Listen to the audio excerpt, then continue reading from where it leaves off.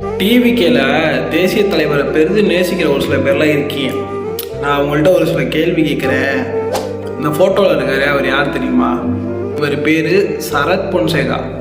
ஸ்ரீலங்காவோட முன்னாள் இராணுவ தளபதி. 2005 to 2009 காலகட்டத்தில் ஸ்ரீலங்காவில் ஆர்மி ஹெட்டாக இருந்தவர். இந்த ஃபோட்டோவில் இருக்காங்களே, இவங்க யார் தெரியுமா? சோனியா காந்தி, நம்ம ராகுல் காந்தி இருக்கார்ல, அவங்களோட அம்மா. இந்த அம்மா இந்த ஐயாவை கூப்பிட்டு என்ன தெரியுமா சொல்கிறாங்க? என் கணவர் இறந்த நாள் அன்னைக்கு பிரபாகரனோட உயிர் எனக்கு வேணும் அப்படின்னு சொல்கிறாங்க.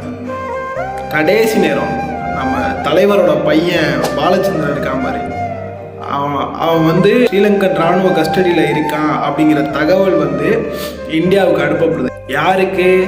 இவங்க 2 பேருக்கும். இவங்க என்ன தெரியுமா சொல்கிறாங்க? பிரபாகரன் குடும்பத்தில் ஒருத்தன் கூட உயிரோட இருக்கக்கூடாது அப்படிங்கிறாங்க. நான் சொல்கிறது பொய் மாதிரி தெரியலாம், அப்படிலாம் இல்லை, காங்கிரஸ் அப்படிலாம் பண்ணலை அப்படிங்கலாம்.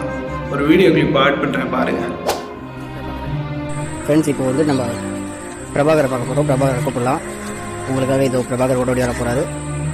காங்கிரஸ் அப்படிலாம் பண்ணல பாருங்க. காங்கிரஸ் ரொம்ப நல்ல கட்சியில், ராகுல் காந்தி சோனியா காந்தி எல்லாம் ரொம்ப நல்லவங்கல்ல. அப்போ ஏன் இவன் இந்த மாதிரி பண்ணுறான்? காங்கிரஸ்காரன் தான் அவன். ஏன் இப்படி பண்ணுறான்? தலைவரை ஒரு நாயோட கம்பேர் பண்ணுறான்னா ஏன் இப்படி பண்ணணும்? அவனோட முடிஞ்சான்னு கேட்டால் இல்லை. கார்த்திக் சிதம்பரம்னு ஒருத்தன் தெரியுறான் காங்கிரஸில். அவனோட நிலைப்பாடை கேட்டு பாருங்களேன். ஏன்னா 2024 என்ன தெரியுமா சொன்னால், விடுதலை புலிகள் மேலே இருக்கிற தடையை நீக்கக்கூடாது அப்படின்னு இந்த காங்கிரஸ் கட்சி ஸ்டே வாங்கி வச்சிருக்கு. எதுக்கு யோசிச்சு பாருங்க அடி.